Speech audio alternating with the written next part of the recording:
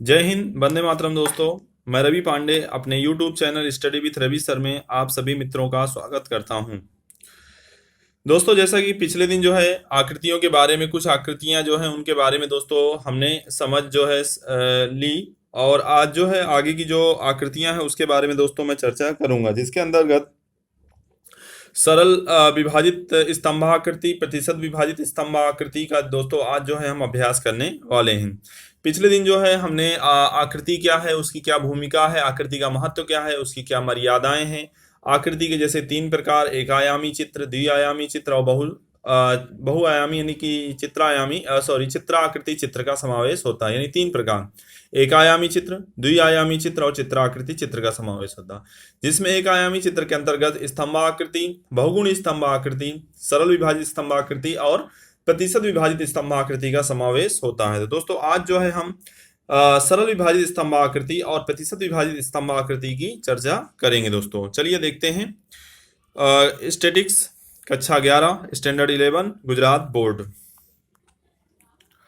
Okay friends, तो यहाँ पर स्टार्ट करते हैं। सरल विभाजित स्तंभाकृति, जिसे सिंपल डिवाइडेड बार डायग्राम के नाम से जाना जाता है, विविध स्थान, वस्तुओं या समय काल हेतु दी गई सूचना की परस्पर संबंधित उप सूचना को आकृति में प्रदर्शित करने हेतु विभाजित करने से जो आकृति मिलती है उसे सरल विभाजित स्तंभाकृति कहते हैं। एक बार फिर से, अलग अलग स्थान, अलग अलग वस्तुओं, समय काल की दी गई सूचना को परस्पर संबंधित उप सूचनाओं को आकृति में प्रदर्शित करने से या विभाजित करने से जो जो आकृति बनती है या मिलती है उसे हम क्या कहते हैं, सरल विभाजित स्तंभाकृति के नाम से जानते हैं। जैसे कि किसी एक परिवार के जीवन निर्वाह के लिए भोजन, कपड़ा, भाड़ा, ईंधन एवं फुटकर खर्च की सूचना दी हो तो कुल खर्च हेतु एक स्तंभ बनाकर उसे अलग अलग चिन्ह से उप खर्च को सूचना को उसी स्तंभ में क्या किया जाता है, प्रदर्शित किया जाए तो उसे सरल विभाजित स्तंभाकृति कहते हैं। तो एक बार फिर से दोस्तों, किसी एक परिवार के जीवन निर्वाह खर्च हेतु भोजन, कपड़ा, ईंधन एवं फुटकर खर्च की सूचना आपको दी गई हो तो कुल खर्च हेतु एक स्तंभ बनाकर उसे अलग अलग चिन्ह से उप खर्च को सूचना को उसी स्तंभ में प्रदर्शित किया जाए तो उसे सरल विभाजित स्तंभाकृति कहते हैं। संक्षेप में, जब कुल सूचना दी हो तब उस सूचना को अलग अलग उप विभागों में प्रस्तुत करने के लिए विभाजित स्तंभाकृति का प्रयोग किया जाता है। जैसे कि दोस्तों यहाँ पर एक एग्जाम्पल शो कर रहा है, एग्जाम्पल नंबर 27।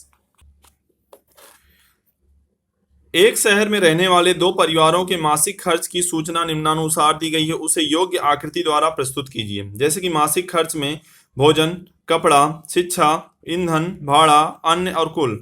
परिवार ए का जो बजट है वह कुल 18,000 रुपए का है। अब परिवार बी का जो बजट है वह 20,000 रुपए का है, जिसमें क्रमशः परिवार ए जो है भोजन के पीछे 8,100, परिवार बी 7,000, कपड़े के पीछे 2,700, 2,000 और शिक्षा के पीछे 2,880, 2,000। परिवार ए है जो ईंधन के पीछे 1,800 और परिवार बी जो है 3,000 रुपए खर्च करता है। भाड़ा के पीछे परिवार ए 1,620, बी परिवार जो है 4,000 और अन्य खर्च में जो है परिवार ए 900 रुपए, परिवार बी जो है 2,000 रुपए खर्च करता है। तो परिवार के मासिक खर्च के विविध विवरण को आकृति में बताने के लिए सरल विभाजित स्तंभाकृति बनाएंगे। इस हेतु से एक्स अक्ष पर आपको परिवार ए और परिवार बी को योग्य अंतर पर बताया जाएगा तथा वाई अक्ष पर खर्च को योग्य स्केल द्वारा बता के निम्न विभाजित स्तंभाकृति बनाई जाएगी। कुल खर्च का स्तंभ बनाने के पश्चात खर्च विवरण प्रदर्शित विभाजन करने की गणना निम्नानुसार है। तो यहाँ का पर गणना के आधार पर भी आप कर सकते हो। जैसे गणना के आधार पर ऐसा करना होगा कि जैसे विवरण में भोजन, कपड़ा, शिक्षण, ईंधन, भाड़ा और अन्य दिया हुआ, उसके बाद कुल।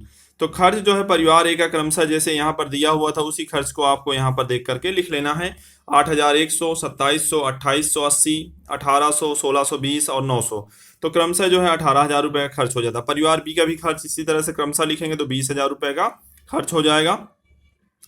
अब यहाँ पर पहले करना क्या है कि जैसे कि यहाँ पर आपको 18,000 दिया हुआ, 18,000 में से 8,100 माइनस कर देंगे 9900, फिर 18,000 में से 2,700 माइनस 7,200, 18,000। उसके बाद जो जैसे जैसे बचता जाएगा, जैसे कि पहले 18,000 से स्टार्ट करना है कि हमारे पास जो टोटल अमाउंट है परिवार ए का जो कुल खर्च है वह 18,000 है।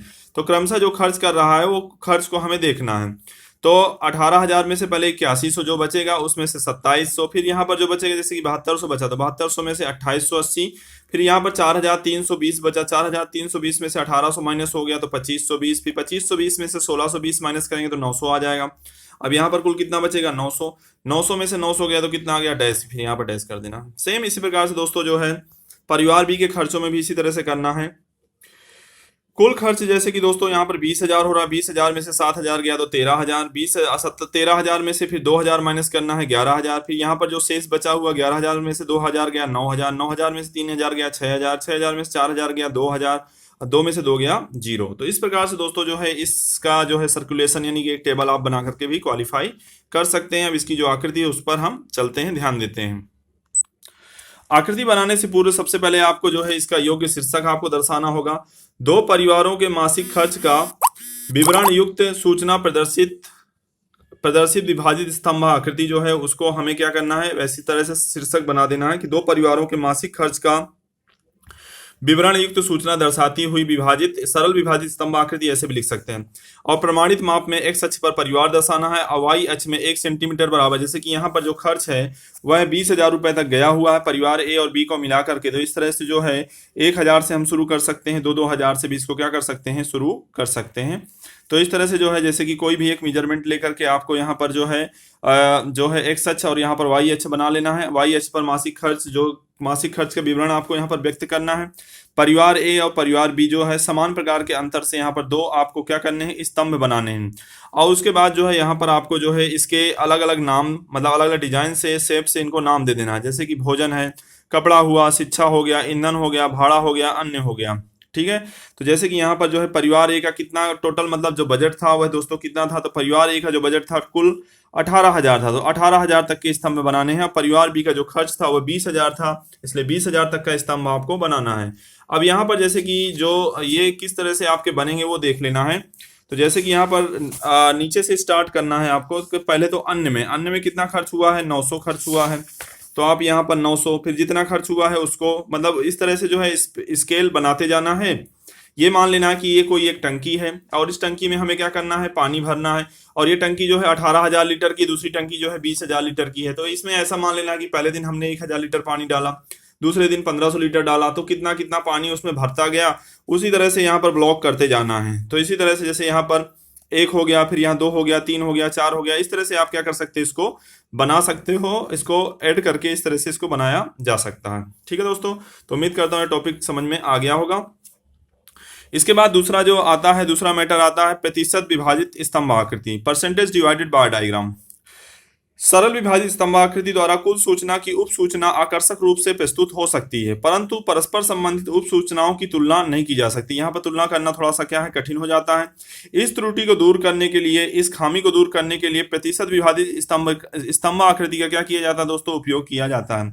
उसमें सूचना को 100% गिनकर उप सूचना की प्रतिशतता निकाल कर उसे स्तंभ आकृति में क्या किया जाता है, प्रस्तुत किया जाता है। तो सरल विभाजित स्तंभ आकृति जो होती है दोस्तों, उसको मतलब क्या, वो तुलना करने के लिए योग्य नहीं होती है, परंतु क्या है कि प्रतिशत विभाजित स्तंभ आकृति जो होती है वह क्या है, प्रतिशत के आधार पर दोनों परिवारों की जो है हम तुलना कर सकते हैं। तो इसका भी हम एक एग्जाम्पल जैसे कि दोस्तों यहाँ पर देख पाते हैं। ये देखिए यहाँ पर एक एग्जाम्पल आपको बताया हुआ है। एग्जाम्पल नंबर जो है आपका 29 ऐसा दिया हुआ है। तो यहाँ से भी आप क्या कर सकते हो, 29 नहीं पे एग्जाम्पल नंबर 28 ही है, जो कि उदाहरण 27 में दी गई परिवारों के खर्च के सूचना की तुलना के लिए योग्य आकृति में प्रदर्शित कीजिए, ऐसा बोला हुआ। तो वही सेम टू सेम जो एग्जाम्पल अभी हमने लिखा था उसी को देखिए यहाँ पर देख पा रहे हैं। इसको भी प्रतिशत के स्वरूप में बताया हुआ है। अब प्रतिशत कैसे बनेगा, तो 8,100 भागे 18,000 गुणे 100 कर देंगे तो 45, 2700 भागे 18,000 गुणे 100 कर देंगे 15, 2880 भागे 18,000 गुणे 100 करेंगे तो 16, 1800 भागे 18,000 गुणे 100 तो 10%, 1620 भागे 18,000 गुणे 100 तो बराबर 900 भागे 18,000 गुणे 100 करने पर 5, और इसका जो योगफल होगा वह प्रतिशतता के आधार पर 100 आ जाएगा। फिर बाकी तो वही आपको जो पहले करते थे वैसे ही करना है कि 100 में से 45, फिर 55 में से 15, 40 में से 16, उसके बाद 24 में से 10, 14 में से 9 और 5 में से 5, इस तरह से। सेम इसी प्रकार से अगले वाले परिवार बी की भी प्रतिशतता आपको ज्ञात कर लेनी है। तो यहाँ पर जो खर्च है 7,000 भागे 20,000 गुणे 100 तो 35, 2,000 भागे 20,000 गुणे 10 गुणे 100 बराबर 10 आ जाएगा। 2000 भागे 20,000 गुणे 100 करने पर यहाँ पर भी 10 आ जाएगा दोस्तों। फिर 3000 भागे 20,000 गुणे 100 करने पर आपका 15 आ जाएगा। 4000 भागे 20,000 गुणे 100 करने पर 20 आ जाएगा। 2000 भागे 20,000 करने पर गुणे 100 करने पर 10 आ जाएगा। इस प्रकार से भी 100 आपका हो जाएगा। फिर 100 में से 35, फिर 65 बचेगा। 65 में से 10, 10 में से फिर 10, 45 में से 15, 30 में से 20, 20 और 10 में से 10, इस तरह से माइनस कर देने हैं।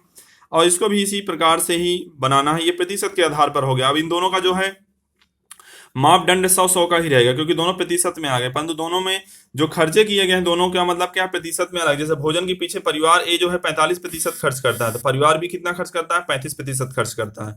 तो ये प्रतिशत के आधार पर हमने बता दिया कि प्रतिशत के आधार पर किस तरह से इसको बताना है। तो इसको इसके आधार पर हम क्या कर सकते हैं, दर्शा सकते हैं। उसी तरह से जैसे कपड़ा है, कपड़े के पीछे परिवार ए जो है 15% खर्च करता है, परिवार भी जो है 10% खर्च करता है।